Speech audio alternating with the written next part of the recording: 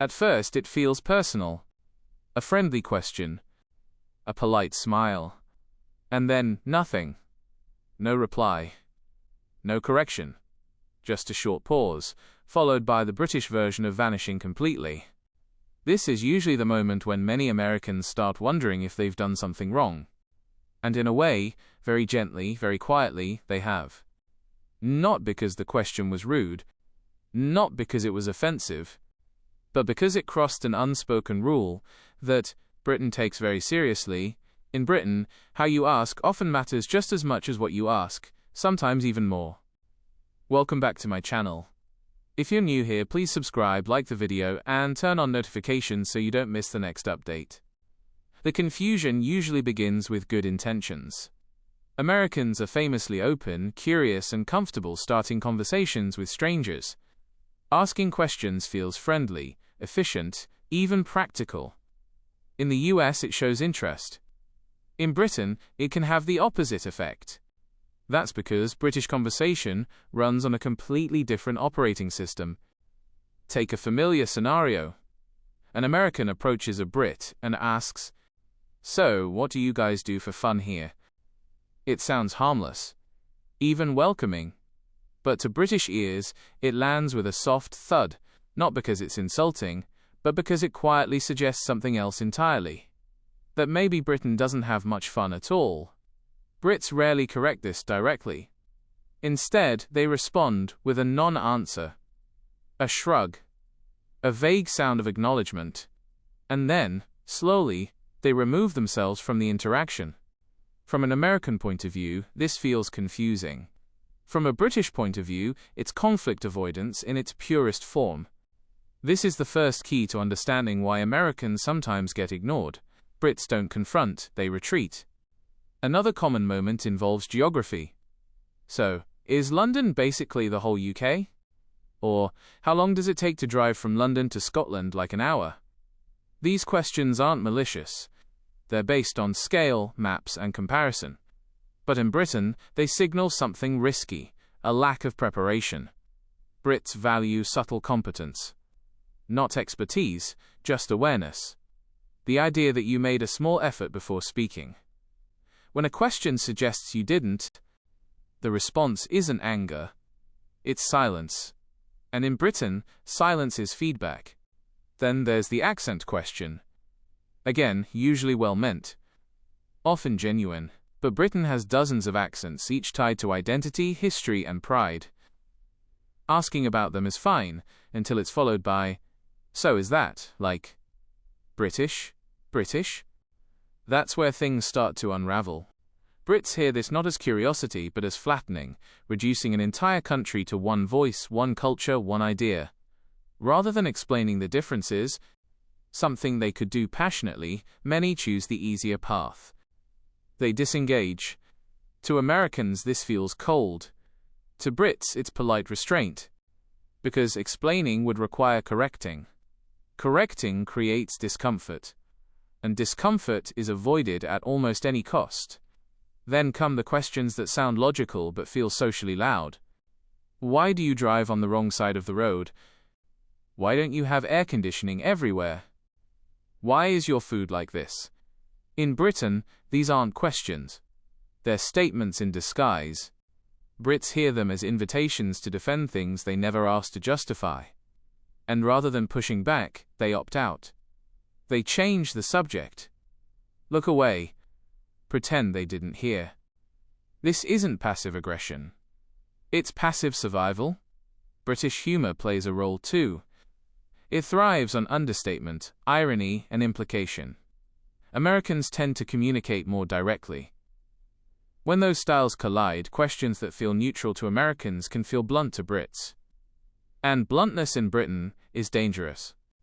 Even starting with "why do you" can trigger a silent alarm. It sounds like an interrogation. Brits prefer softer phrasing. "I've noticed," or "is there a reason?" Softening language is social currency here. Fail to do it, and the conversation may quietly expire. There's also the issue of obviousness. Asking why it rains so much, why tea is popular, or why pubs are everywhere is like asking why the sky exists. Not offensive, just unnecessary. Brits don't mind explaining complex ideas. They mind explaining things they assume everyone already knows. When that moment arrives, they often decide it's easier not to answer at all. Then there's class. An invisible layer many Americans don't immediately notice. Questions about money, education, or background can accidentally touch a nerve. Asking what someone earns, where they went to school, or why they don't move somewhere nicer can instantly freeze a conversation. Again, no confrontation. Just withdrawal. And finally, the part Americans rarely expect. Brits don't feel obligated to talk. In the US, friendly small talk is the default. In Britain, silence is perfectly acceptable. Not rude, not awkward, just neutral. If a question doesn't serve a clear social purpose, it may simply be ignored. Not out of spite, but out of comfort. That's why Americans sometimes walk away feeling puzzled. They didn't break a rule they knew existed. They broke one that was never explained. But here's the twist. When Americans adjust, even slightly, the response changes completely. Swap, why do you do this for, I might be wrong but... And suddenly Brits open up. Add a touch of self-deprecation, a bit of humility, and the silence disappears. Because Brits aren't unfriendly. They're selective. They respond to tone, to effort, to the sense that you're observing, not judging. When that comes across, the conversation doesn't just resume, it deepens. So when Americans get ignored, it's not because their questions are stupid. It's because they're entering a culture that values quiet understanding. Britain doesn't punish curiosity. It rewards subtlety. And once you learn that, the silence stops feeling like rejection. It starts to feel like guidance. Because in Britain, being ignored is rarely personal.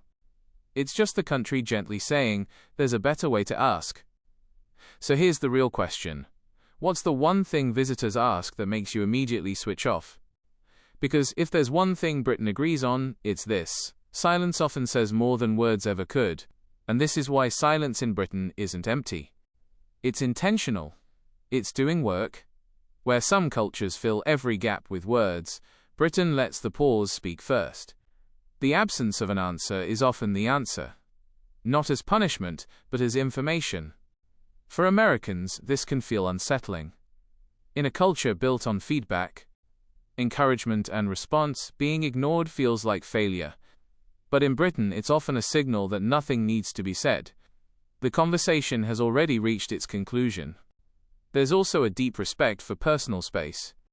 Socially, not just physically, questions that push too fast, too loudly, or too confidently are seen as crossing an invisible boundary. And rather than drawing that boundary with words, Brits let quiet do the job.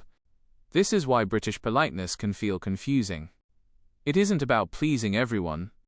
It's about maintaining balance, keeping interactions light, avoiding unnecessary friction.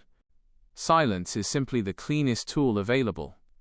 Over time, visitors begin to notice the pattern. The people who listen more than they speak get longer answers. The ones who observe before questioning are invited in. The quieter you become, the more Britain seems willing to talk back. And once that shift happens, everything changes. Conversations slow down. Humor becomes sharper. Stories become richer. What once felt like dismissal starts to feel like trust. Because in Britain, engagement isn't automatic. It's earned. So if you ever find yourself met with a pause, a vague nod, or a polite nothing at all, don't rush to fill it. Let it sit. Let it breathe. That silence might be doing you a favor. In the end, Britain doesn't ignore people to be unkind. It ignores to protect its rhythm. And when you learn to move at that rhythm, the country opens up in ways loud questions never could.